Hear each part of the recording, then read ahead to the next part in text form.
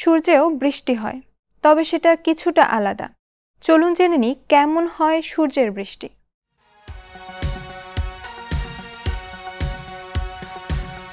সূর্যেও বৃষ্টি হয়, তবে তা ভিন্ন ধরনের। বিজ্ঞানীরা এই বৃষ্টিকে সৌরবৃষ্টি নামে ডাকেন। বিশালাকার সূর্যের বায়ুমণ্ডলে সৌরশিখা তৈরির সময় অদ্ভুত বৃষ্টি ছড়ে পড়ে। বিজ্ঞানীরা বহু দশক ধরে এই বৃষ্টির কারণ ব্যাখ্যা করতে হিমশিম খাচ্ছেন। আমাদের পৃথিবীর মতো সেখানে জলীয় বৃষ্টি হয় না, সূর্যের মধ্যে উত্তপ্ত প্লাজমা বৃষ্টি হয়।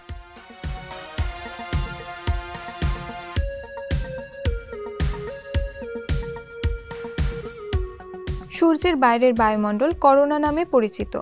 এটি এমন একটি স্তর যা খুবই কম ঘনত্বের কিন্তু অত্যন্ত উচ্চ তাপমাত্রার। যখন সৌরশিখা বা ফ্লেয়ার তৈরি হয় তখন চুম্বকীয় আর্ক বা লুপ উত্তপ্ত প্লাজমা দিয়ে পূর্ণ হয়। এই প্লাজমা ভীষণ উত্তপ্ত গ্যাসীয় হয় বলে পরমাণু ইলেকট্রন হারিয়ে ফেলে। এরপর বিকিরণের মাধ্যমে প্লাজমা ঠান্ডা হতে শুরু করে, তখন মেঘের মতো ঘনীভূত হয়ে ফোঁটা ফোঁটা আকারে সূর্যের পৃষ্ঠের দিকে ফিরে আসে। এই প্রাকৃতিক বিষয়কে বিজ্ঞানীরা সৌরবৃষ্টি বলে থাকেন।